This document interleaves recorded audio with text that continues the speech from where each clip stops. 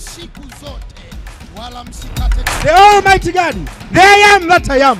Woo! Hallelujah. I'm trying to preach in English.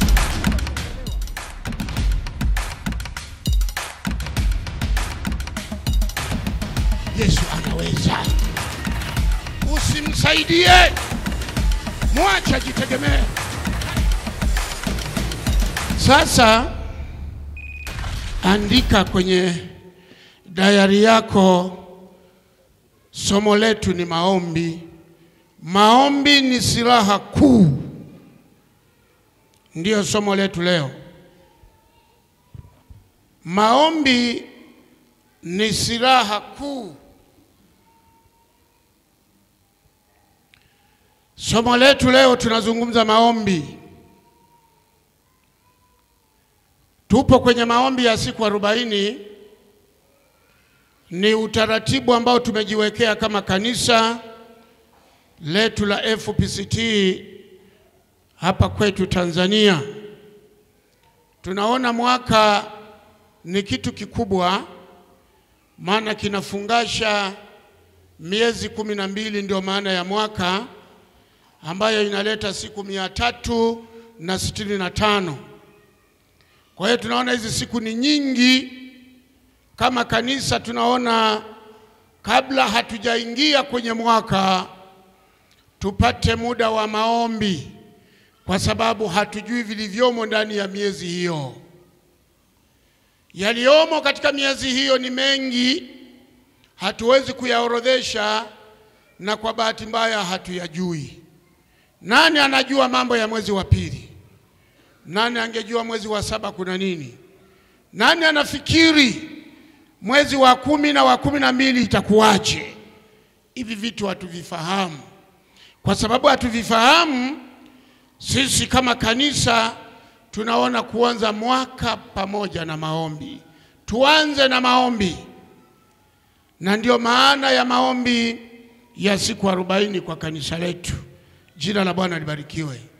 Naomba nitumie nafasi hii kuwapongeza wote ambao muko mbele za Bwana kwa maombi ya siku 40. Mungu awabariki sana. Wangapi wapo kwenye maombi haya? Nyosha mkono pale ulipo, wewe uliyepo kwenye hii ingwe ya maombi ya siku 40. Mungu akubariki sana. Sasa kwanza ni vizuri tuangalie sana, tunapozungumza maombi na kanisa, ni vizuri tuangalie sana sura za mwanzo za kitabu cha Matendo ya Mitume. Hapa tunaona jinsi kanisa la Yesu Kristo lilivyokuwa baada ya kuanzishwa tu mara ya kwanza. Baada ya Yesu kupaa kwenda mbinguni, kuna maagizo na maelekezo aliyaeleza. Aliwaambia wanafunzi wake mambo fulani. Tutayasoma hayo mambo ambayo yaliwapelekea sasa wanafunzi, baada ya Yesu kupaa kwenda mbinguni akiwa na wanafunzi wake katika mlima wa Mzeituni, na akaacha maelekezo. Bwana Yesu asifiwe sana. Tunasoma katika kitabu cha Matendo ya Mitume. Kitabu cha Matendo ya Mitume tunaweza tukaanza na mstari huu, tuanze na wa 8 unatosha. Inaandikwa, lakini mtapokea nguvu akisha kuajilia juu yenu Roho Mtakatifu, nanyi mtakuwa mashahidi wangu katika Yerusalemu na katika Uyahudi wote na Samaria na hata mwisho wa nchi. Akiisha kusema hayo, alipokuwa wakitazama, akainuliwa, wingu likampokea, akatoka machoni pao. Walipokuwa wakikaza macho mbinguni, yeye alipokuwa akienda zake, tazama, watu wawili walisimama karibu nao, wenye nguo nyeupe. Wakasema maneno haya, wakasema, enyi watu wa Galilaya, mbona mnasimama mkitazama mbinguni? Huyu Yesu aliyechukuliwa kutoka kwenu kwenda juu mbinguni atakuja jinsi hiyo hiyo mlivyomuona akienda zake mbinguni. Kisha wakarudi kwenda Yerusalemu kutoka mlima ulioitwa Mizeituni ulio karibu na Yerusalemu, wapata mwendo wa Sabato. Hata walipoingia wakapanda orofani. Ni suala la papo kwa papo. Wakapanda orofani. Walipokuwa wakikaa Petro na Yohana na Yakobo na Andrea, Filipo na Tomaso, Bartolomayo na Matayo, Yakobo na Alfayo, Simoni Zerote na Yuda wa Yakobo. Hawa wote walikuwa wakidumu kwa moyo mmoja katika kusali, pamoja nao wanawake na Mariamu mama yake Yesu na ndugu zake. Siku zile akasimama Petro kati ya hao ndugu. Jumla ya hao ndugu majina yao yalipata 120. Hili ndilo tawi, kithiolojia tunasema hili ni tawi ambalo Yesu aliliacha baada ya kupaa zake kwenda mbinguni. Aliacha watu 100 na ngapi? Na 20. Na kwa sababu aliwaambia msitoke hapa mpaka mmepokea ahadi ya Baba yangu, ahadi ya Roho Mtakatifu. Wakiwa wameshika hilo sasa, baada ya Yesu kupaa na kuwaacha wao, walirudi moja kwa moja wakapanda orofani. Walipofika pale orofani wakakaa hapo, waliendelea na maombi. Kithiolojia tunasema kanisa la Mungu lilizaliwa kwenye mji wa maombi. Na hapo paka Matendo ya Mitume 2, Roho Mtakatifu anashuka, anawakuta wako orofani kwenye maombi. Mwambie mwenzako maombi.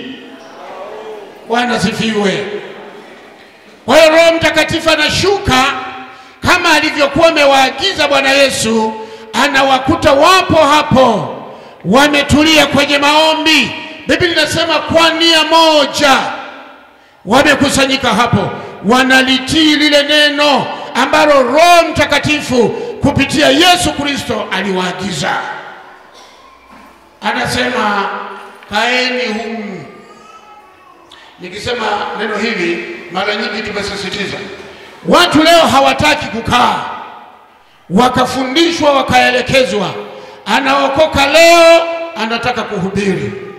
Kuna kanisa moja niliona wanamweka mtu kuwa mzee wa kanisa, bado ananuka na pombe. Kosa tu alitubu jana. Biblia inasema wakae. Watu wakiokoka wajifunze, watulie, wasiingie kwenye huduma kwanza, wajazwe nguvu. Mwambie mwenzako nguvu. Maisha ya Ukristo ni maisha ya vita sana. Maisha ya Ukristo ni maisha ya vita. Sasa ukitaka kuishi bila kufuata taratibu za kiroho, utakuwa ni mtu wa majonzi na kukutana na mambo magumu kila itwapo leo. Ukristo ni vita duniani hapa tunapoishi. Ndio maana Yesu anasema kaeni hapa kwanza, mpokee kipawa cha Roho Mtakatifu. Mkishakuwa pokea kipawa hicho, mtakuwa mashahidi wangu sasa, kuanzia Yerusalemu na hata mwisho wa nini?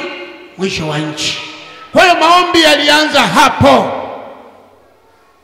na mpaka leo maombi ndiyo silaha kuu ya mshirika. Ni vizuri ukawa muombaji.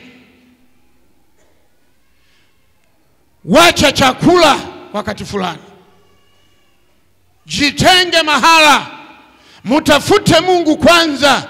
Hiyo ni tabia ya waenda mbinguni, na ni tabia ya kanisa la Mungu, kuomba Mungu.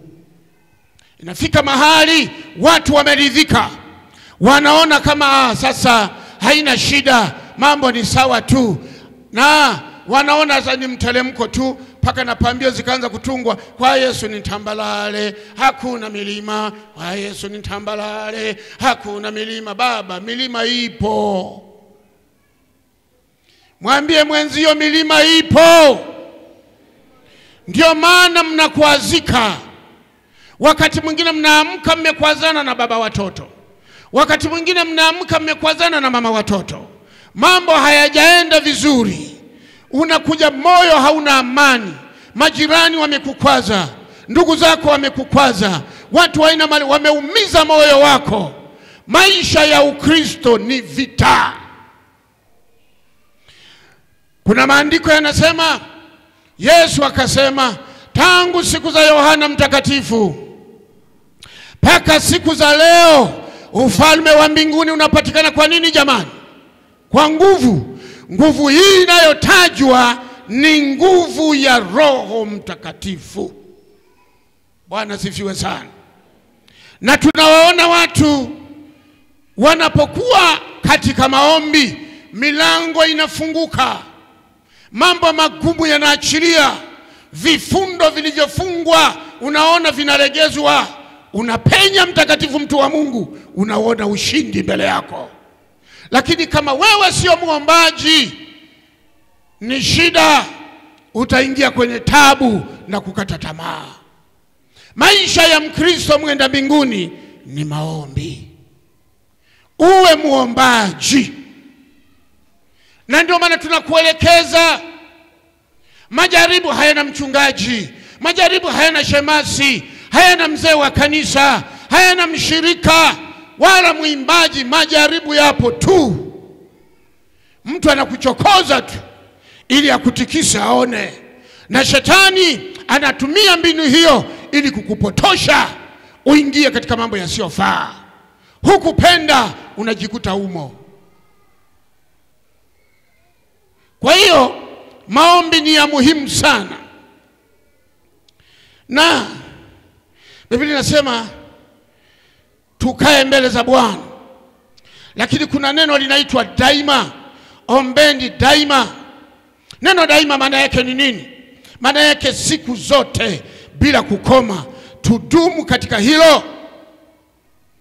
Maombi sio ya siku mbili. Hata tukimaliza maombi haya ya siku 40, tunaendelea kuomba Mungu. Nikikumbuka habari za Elia, wakati ule anazuia mvua isinyeshe.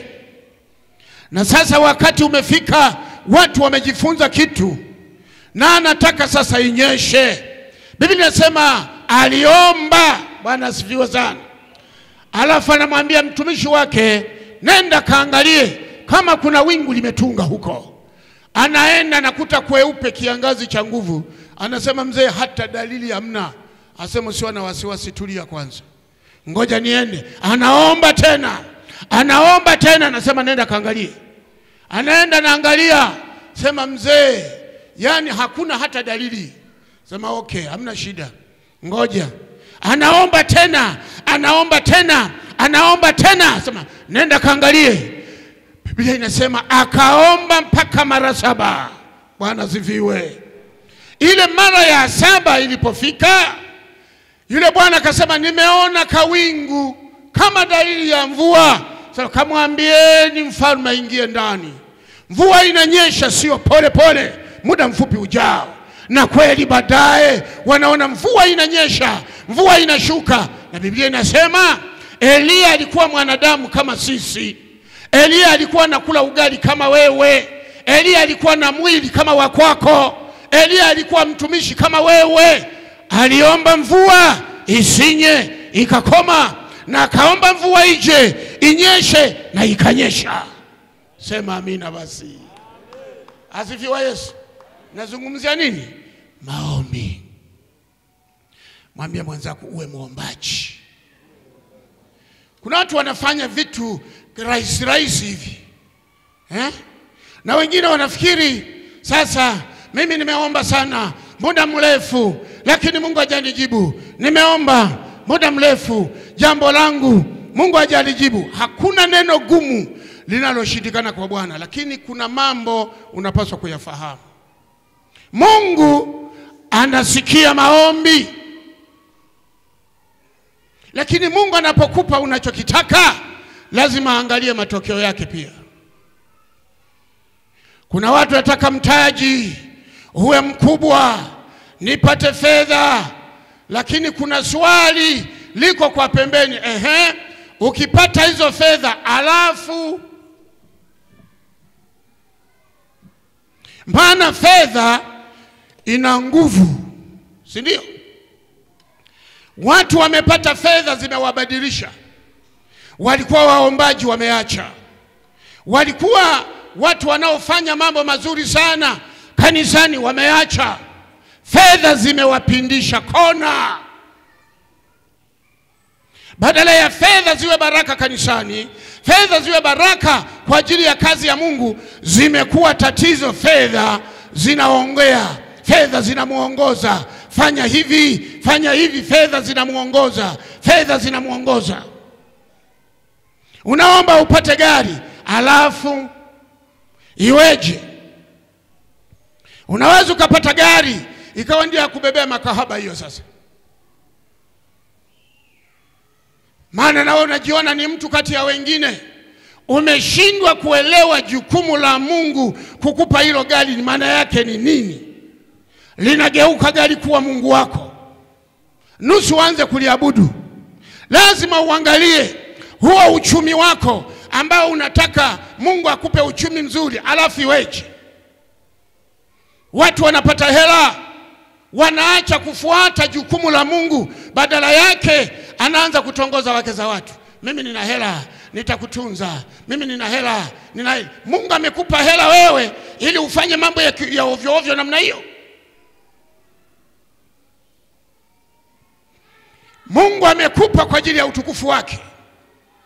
Tumia ile fedha kwa kusudi la Mungu, sio kwa sababu sasa uende dhambini. Sasa kuna ndugu mmoja kule Starike alivuna mipunga kwa mara yake ya kwanza, akapata gunia kama 40-50, kama siku nimesahau, siku zimekuwa nyingi. Alipopata gunia 50 za mpunga, akajiona tajiri mkubwa, akaacha na wokovu. Gunia 50 unaacha na wokovu. Sasa wakati mwingine tunaomba Mungu nipe, Mungu nisaidie, nikumbuke na mimi. Mungu anaangalia mbele kwamba huyu nikimpa hiki kitu atakwenda kuanguka pale. Kumbe afadhali upewe kidogo, si ndio? Hata vyeo wafanyakazi wa serikalini mwe waangalifu. Unaweza kushangaa wengine wanapanda vyeo, wengine wanapanda vyeo, wewe upandi. Sema imekuwaje? Pengine Mungu ameangalia pale, huyu mtu nikimfikisha pale atabaki ni bega tu hapa. Sisi wasomi bana. Sisi wasomi bana. Amesahau na kuomba, amesahau na aliyempa cheo, amesahau na kila kitu, anabaka na abudu kusoma kwake tu na cheo chake. Sisi wasomi bana. Ndio maana wengine tunakuwa makuruti tangu tulipoajiriwa mpaka tunapomalizika tunastaafu, tunaendelea kuwa makuruti. Maana Mungu amekurehemu, ameona kwamba akikupandisha cheo utaanguka, afadhali ubaki hapo hapo. Na wengine tunaendelea kumaki time pale pale. Maana Mungu anaona akikupa fedha nyingi nyingi zitaugeuza moyo wako. Huna uwezo wa kudhibiti. Ningekuwa na muda ningesoma maandiko hapa. Biblia inasema mwingine aligawiwa talanta 5, mwingine akapewa talanta 2, mwingine akapewa talanta nini? 1. Sawa sawa na uwezo. Kumbe hata umiliki wa mali, sema mali, sema fedha, umiliki na wenyewe tunatofautiana. Kuna mtu ukimpa milioni 18 ziko humu zitammaliza.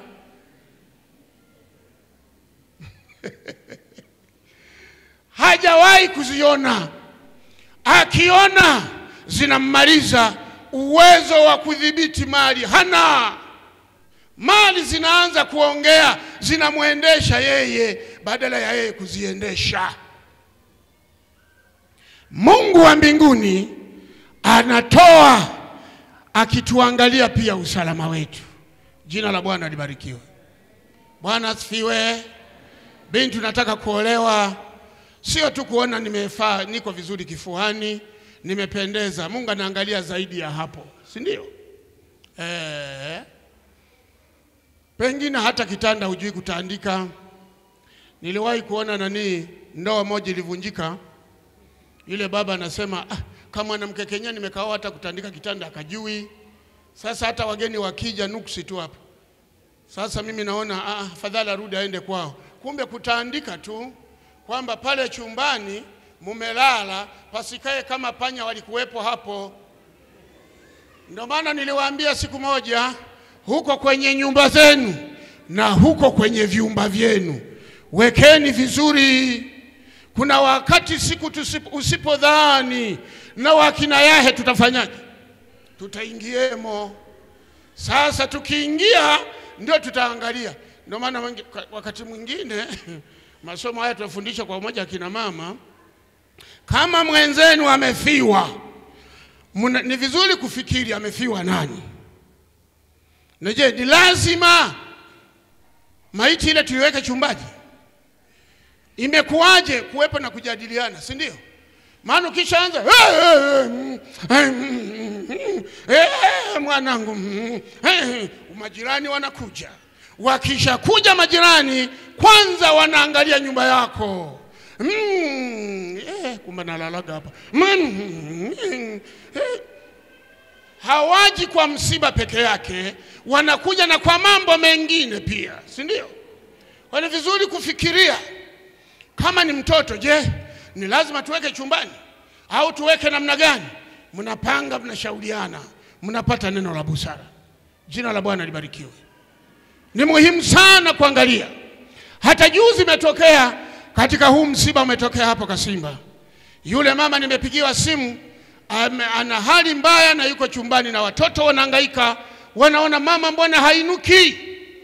Mimi nikakimbia kwenda. Nimekimbia kwenda kufika pale, nikakuta majirani wameshaingia pale. Wamefika hapo, wamemtoa yule mama kule chumbani, nimekuta sasa ndio wako sebuleni. Majirani sio waliookoka, majirani nilimuona na mwingine wa hapa, ndio wametoa ule mwili mule. Narudia tena, angalieni vyumba vyenu. Ili na lenye sio la kiroho eti. Bwana asifiwe. Kuna wakati wataingia watu tena ambao hujakusudia. Tuwe waangalifu,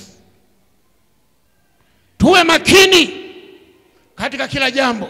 Mungu atusaidie. Nazungumzia maombi.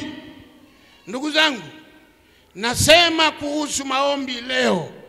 Maombi ni silaha kubwa. Hapa tunamuona mama mmoja katika Samueli wa kwanza. Hebu msomaji wangu nisomee Samueli wa kwanza sura 1 na ule mstari wake wa kwanza. Angalia hapo. Samueli wa kwanza ngapi? 1, anza mstari wa kwanza. Samueli wa kwanza sura ya kwanza mstari wa kwanza. Biblia inasema, ndio, palikuwa na mtu mmoja wa Rama, ndio, Msufi, wa nchi ya milima ya Efraimu. Ndio. Jina lake aliitwa Elikana. Ndio. Mwana wa Yerohamu, mwana wa Eluhi, mwana wa Tohu, mwana wa Sufu, ndio, Mwefraimu. Naye alikuwa na wake wawili. Jina lake mmoja akiitwa Hana, ndio, na jina lake wa pili aliitwa Penina. Ndio. Naye huyo Penina alikuwa na watoto, lakini Hana hakuwa na watoto. Hebu simama kwanza hapo. Naye alikuwa na wake wawili. Watu wanahoji sana miaka ya leo kwamba kwa nini na sisi tusioe wake wawili? Wakati ule watu sio wengi duniani, iliruhusiwa watu wanaweza kukaa na wake wangapi? Wawili, ilikuwa inakubalika. Lakini kuna wakati tunasoma maandiko, Biblia inasema Mungu alijifanya azioni. Sasa leo anaagiza watu wote kutubu na kubaki na mke mmoja mmoja. Jina la Bwana libarikiwe. Endelea. Mstari wa 3. Ndio. Na mtu huyo alikuwa akikwea kutoka mjini. Toka mjini. Nitarudia. Na mtu huyo alikuwa akikwea kutoka mjini kwake mwaka kwa mwaka. Ndio. Ili kuabudu na kumtolea Bwana wa majeshi dhabihu katika Shilo. Na wale wana wawili wa Eli, Hofni na Finehasi, makuhani wa Bwana walikuwako huko. Ndio. Hata siku ile ilipofika, Elikana alipotoa dhabihu kumpa mkewe Penina sehemu, akawapa na watoto wake wote waume kwa wake sehemu zao. Ndio. Lakini Hana humpa sehemu mara mbili, maana alimpenda Hana ingawa Bwana alikuwa amemfunga tumbo. Jamani. Mstari wa 6. Ila mwenzake humchokoza sana, hata kumsikitisha, kwa sababu Bwana alikuwa amemfunga tumbo. Anamchokozaje? Anamkejeri kwa sababu yeye ana mtoto, lakini mwenzake hana watoto. Twende. Tena mumewe akafanya hivyo mwaka kwa mwaka. Hapo yule mwanamke alipokuwa kwenda nyumbani kwa Bwana, ndivyo yule alivyomchokoza. Basi kwa hiyo yeye akalia asile chakula. Jamani, mambo haya ni makubwa sana. Twende mstari wa 8. Elikana mumewe akamwambia, Hana, unalilia nini? Kwani huli chakula? Kwa nini moyo wako una huzuni?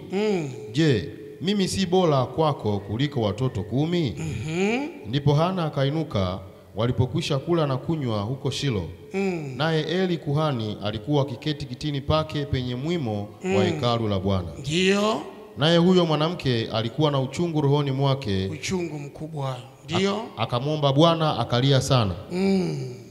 Akaweka nadhiri akasema, Bwana wa majeshi, ikiwa wewe utaliangalia teso la mjakazi wako na kunikumbuka, wala usinisahau mimi mjakazi wako, na kunipa mimi mjakazi wako mtoto mume, ndipo mimi nitakapompa Bwana huyo mtoto siku zote za maisha yake, wala wembe hautamfikiria kichwani kwake. Kichwani kamwe.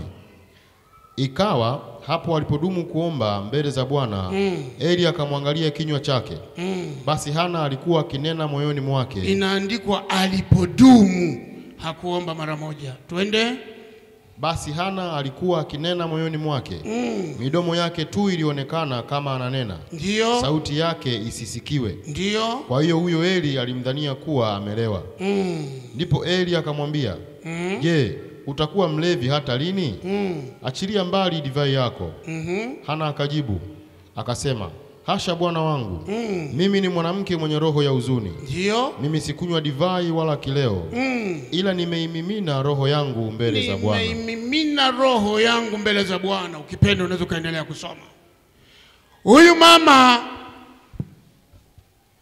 walikuwa wameolewa watu wawili. Nataka nizungumze nguvu ya maombi. Na huyu mwenzake yeye anapata mimba na anapata watoto, lakini Hana hapati. Na mwenzake akawa anamdhihaki sana.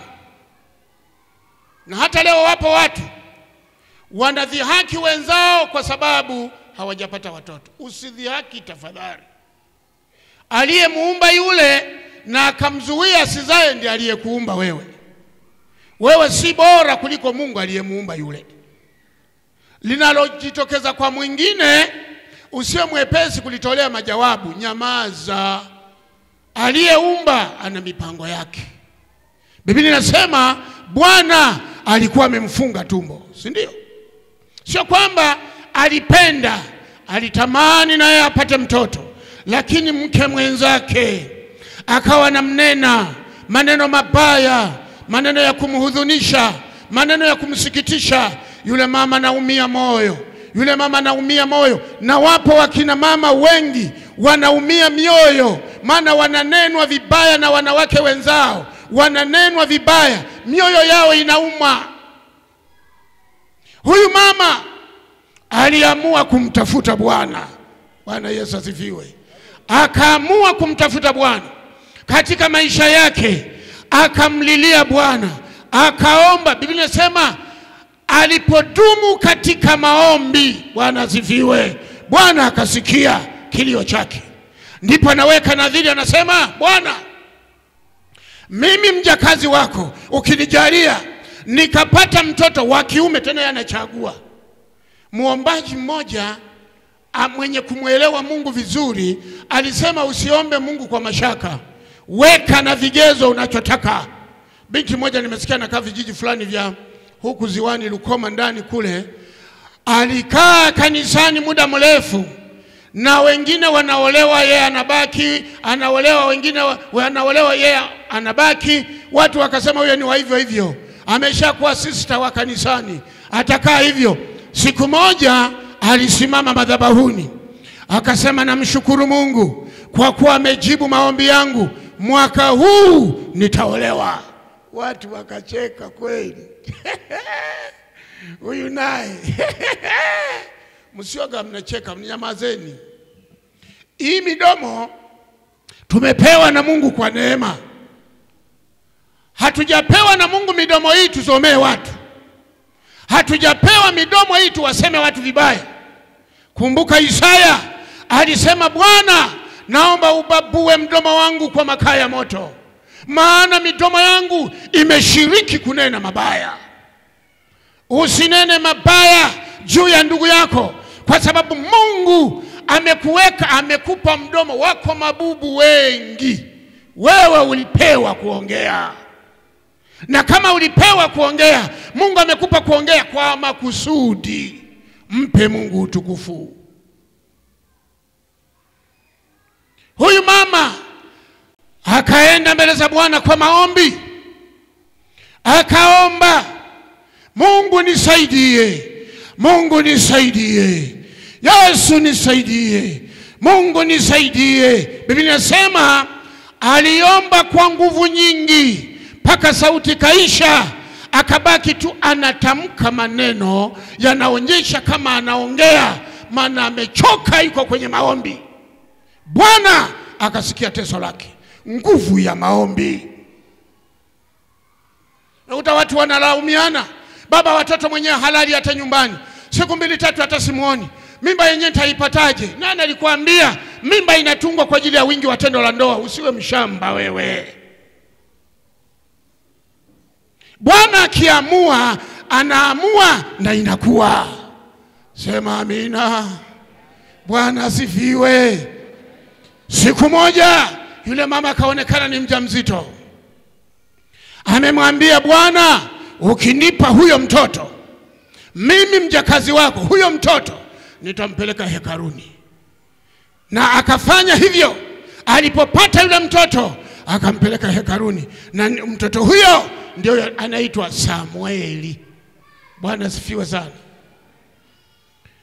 Akapata mtoto kwa maombi, sio kwa mganga wa kienyeji. Kwa maombi. Mungu ndiye mwenye watoto. Mungu ndiye ambaye anampa, wala usijivune. Mimi nina watoto wengi, mimi na uzazi mkubwa, mimi wewe Bwana, mpe Mungu utukufu, amekujalia. Wewe si mzuri kuliko wengine,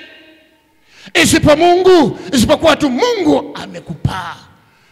Mwambie Bwana, asante kwa kunipa mtoto. Bwana asifiwe sana. Maombi yana nguvu. Sara, mke wa Ibrahim, miaka mingi amekaa, haelewi kinachoendelea.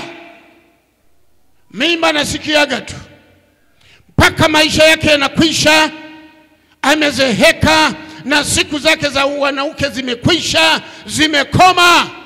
Malaika anatokea, anasema, nitakutokea mwakani majira kama haya, na wewe Sara utapata mimba. Sara akiwa kule jikoni akacheka. Si vichekesho hivi?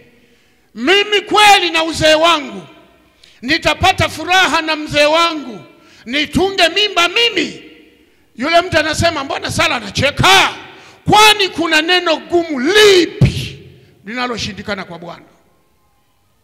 Maombi ndio ngome. Sala lizaa hakuzaa.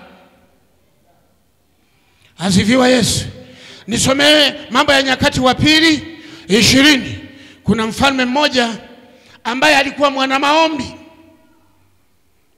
Mambo ya Nyakati wa Pili sura ya 20, tuanze na mstari ule wa kwanza. Hapo. Nyakati wa Pili 20:1. Biblia inasema, ikawa baadaye wana wa Moabu na wana wa Amoni na pamoja nao baadhi ya Wameuni wakaja juu ya Yehoshafati vitani. Sikilize huyo mfalme mwana maombi huyu. Wakaja watu waliomwambia Yehoshafati wakisema, wanakuja jamii kubwa juu yako watokao Shamu toka ng'ambo ya bahari. Na katika Hasasoni Tamari ndiyo Engedi. Yehoshafati akaogopa, akauelekeza uso wake amtafute Bwana. Yehoshafati ni mfalme, akaogopa, akatetemeka. Anatetemekaje huyu ni mfalme? Anatetemekaje huyu ana majeshi? Anatetemekaje huyu ana fedha, ana farasi za kivita, ana maaskari wa kutosha? Lakini Biblia inasema Yehoshafati akaogopa, akauelekeza uso wake amtafute Bwana. Alisahau kwamba yeye ni mfalme na hela. Alisahau kwamba ana maaskari. Alisahau kwamba anawapanda farasi na farasi, kwamba wangeweza kuhusika kwenye ile vita. Akiwa naelewa hilo, lakini Mungu kwanza. Bwana asifiwe. Bwana asifiwe. Mungu kwanza. Tatizo linapotokea nyumbani kwako, usianze kutathmini mshahara wako, usianze kutathmini magunia ya mahindi, usianze kutathmini biashara yako, usianze kutathmini mambo na mipango ulionayo, nina shilingi ngapi benki na wapi. Mtafute Mungu kwanza, ili uelewe hii shida ni nini, na kwa nini hii, na kwa sababu gani hii. Unaweza kuwa unakimbilia fedha, lilo swala sio la hela. Hilo jambo sio la hela. Njoo kwa Bwana. Bwana sifiwe. Omba Mungu. Usitegemee vitu ulivyo navyo, mtegemee Yesu. Simama naye. Omba, tafuta kwake kujua kwa nini hii, kwa nini hii, kwa sababu gani hii. Sio tu twende Ikonda, maana una hela unaenda Ikonda, twende Rufaa Mbeya, twende wamesema twende Nankinga, wamesema sasa twende na kwa Mkapa Foundation, wamekapa sasa twende Muhimbili. Utamaliza hela. Tafuta kwanza kwa nini hii. Bwana sifiwe. Omba Mungu. Wapendwa, tusio wavivu wa kuomba Mungu. Kuomba Mungu ndio njia. Kwenye maombi ndio kuna njia sahihi. Hivi vingine tutashughulika navyo, vinatusaidia ili tule, ili tuishi kama binadamu wengine, tuvae na nguo, lakini mambo mengine ni ya Bwana mwenyewe ahusike. Huyu mfalme ana kila kitu.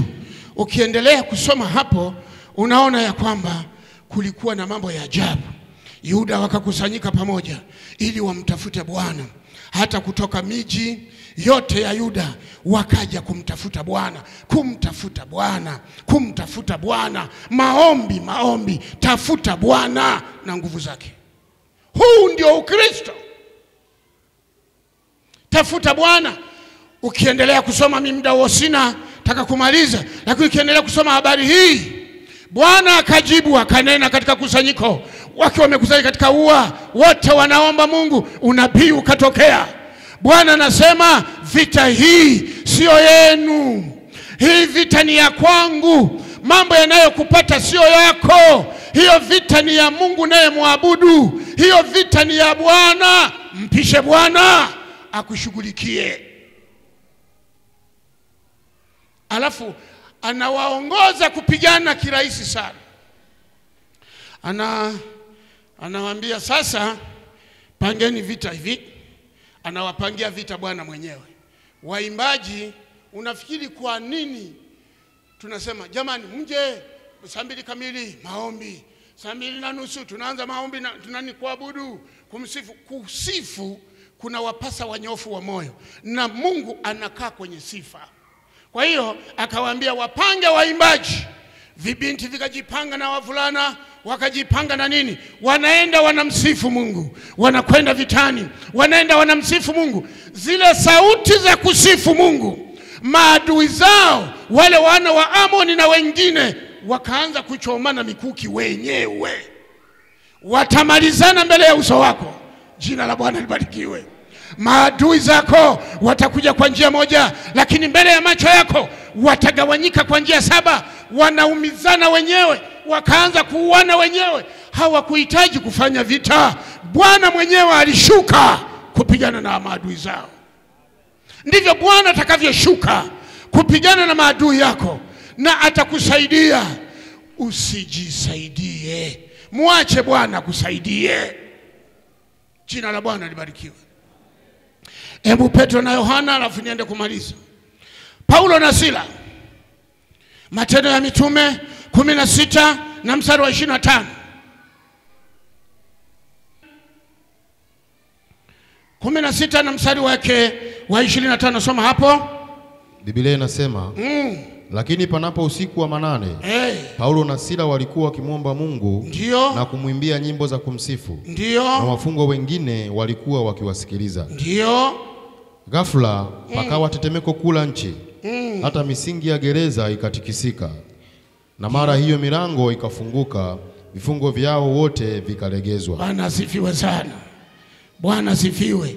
Nguvu ya maombi. Wakati wamefungwa, wapo wamefungwa kwenye, tena walikuwa wamefungwa pingu fulani zinazoitwa nini? Zinaitwa pingu fulani. Walikuwa wanatandika ubao hivi, alafu ule ubao unatobolewa misumari,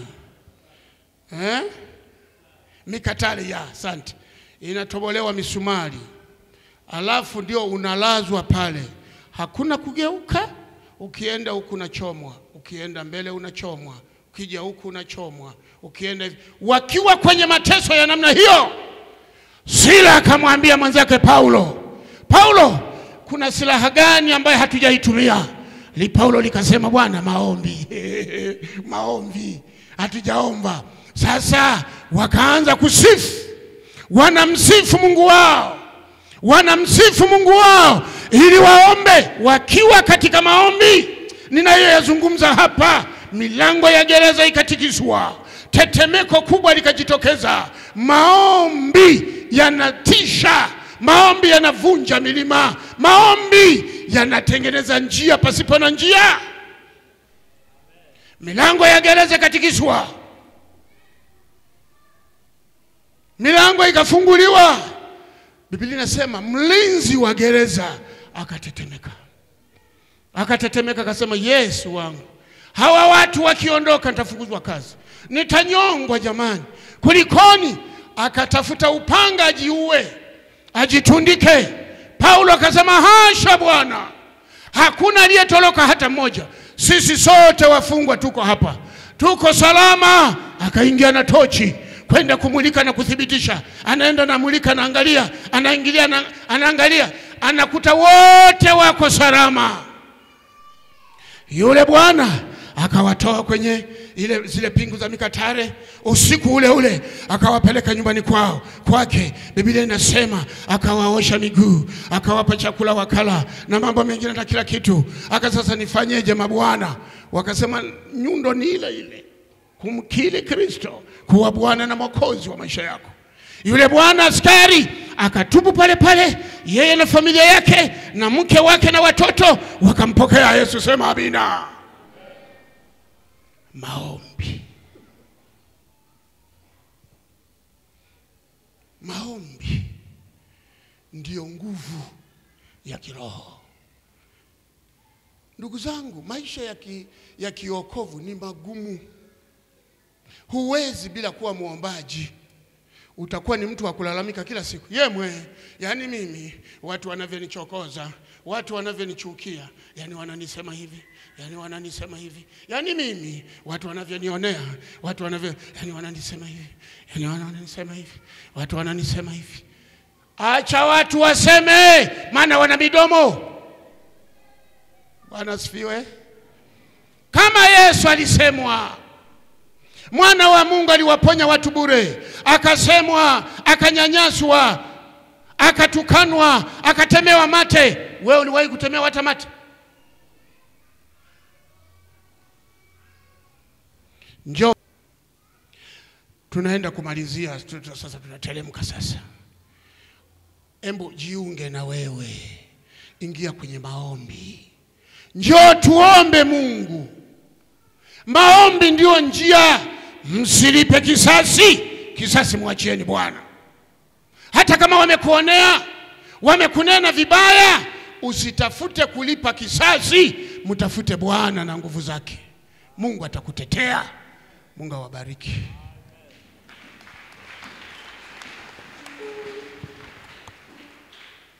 Niombe sasa usimame hapo kwa miguu yako mwenyewe. Mimi nimemaliza. Nazungumzia maombi. Hebu kumbuka, ulipoanza imani ulikuwa mtu mzuri. Kwenye maombi ulikuwa ukosi. Siku za Ijumaa wewe ulikuwa mwenyeji wa siku za Ijumaa. Leo hata ujui Ijumaa ni aina gani. Kwa sababu majibu yetu yote yako kwa Mungu. Mizigo, shida, taabu ulizonazo, majibu yake yako kwa Mungu. Wote wanaokusengenya, wote wanaokuumiza, wote wanaokusumbua, usihangaike nao, wewe mtazame Bwana. Stefano, Biblia inasema akiwa na bondwa mawe, Stefano alikaza macho juu. Huku anambonda mawe, anamwona Yesu. Anasema macho yangu yanamuona Yesu. Amekaza juu. Usishughulike na wanaokupiga vita, shughulika na kumtafuta Mungu. Kwa Mungu ndiko kuna majibu. Acha hao wanaosema, acha hao wanaoweka vikao, acha hao wanaoongea waongee kwa sababu wana midomo. Shughulika wewe kushughulika, tafuta Mungu. Mungu ndiye ana majibu yako. Mungu ndiye hutengeneza njia hata pasipo na njia. Ukifanya hivyo utakuwa unafanya vizuri mno na Mungu wa mbinguni atakubariki. Lakini inawezekana unapenda, unatamani ungekuwa muombaji, lakini kuna vitu vinainuka kama upinzani. Kuna vitu vinainuka kama upinzani. Naweza nikakuombea Mungu akutie nguvu. Maana tunaishi duniani, na duniani hapa kuna mambo mengi magumu. Unaweza kuwa unagombana na hiyo hali, moyo wako unatamani, moyo wako unatamani, na mimi ningekuwa mwana maombi, ningekuwa na mimi nafunga, ningekuwa na mimi namtafuta Bwana, lakini unasikia kama kuna vizuizi, unasikia kama kuna hukumu, unasikia kama kuna vita. Naweza kuomba kwa ajili yako. Pita hapa mbele tuombe pamoja. Maradhi yanainuka. Juzi nimewaambia kwamba nilikwenda Burundi. Wale wenyeji waliposikia siri chakula walibaki wanashangaa. Hey, hawa wageni hawali. Hey, hawa wageni hawali. Inakuwaje? Mimi nilishasema nisafiri, nisisafiri, niwe shambani 40 kwanza. 40 mbele kwa mbele, mambo mengine baadaye. Tuko kwenye maombi. Nikamwambia ndugu zangu, msihangaike na sisi. Sisi tuko vizuri. Wala hakuna shida. Njia yote mimi napiga gia, niko naondoka. Hakuna cha tukanye chai wapi. Niko mbele za Bwana. Utaomba ukiwa unasafiri, utaomba ukiwa unatembea, utaomba ukiwa unaendesha gari, utaomba ukiwa kila mahali. Tuko mbele za Bwana. Hakuna mzaha. Eti nimesafiri nifungue kidogo, nimesafiri nifungue kidogo. Mtu mmoja kanipigia simu, sasa mzee, tuko huku sasa, itakuwaje? Labda tule kidogo. Maana tuna mama kasema Mungu na amue pamoja na wewe. Mimi sina la kusema. amani ya Kristo ya ndani ya moyo wako. Kuna mtu akipata wageni ndio certificate imefika sasa ya kutokwenda kanisani. Niko na wageni, waambieni hao wageni waje kwangu. Hata Magufuli aje, hata aje nani, hata Samia mtamwambia leo ni kanisani, tukasali kwanza. Twende tukasali kwanza. Sasa amekuja kwangu, ni mgeni wangu. Bwana asifiwe.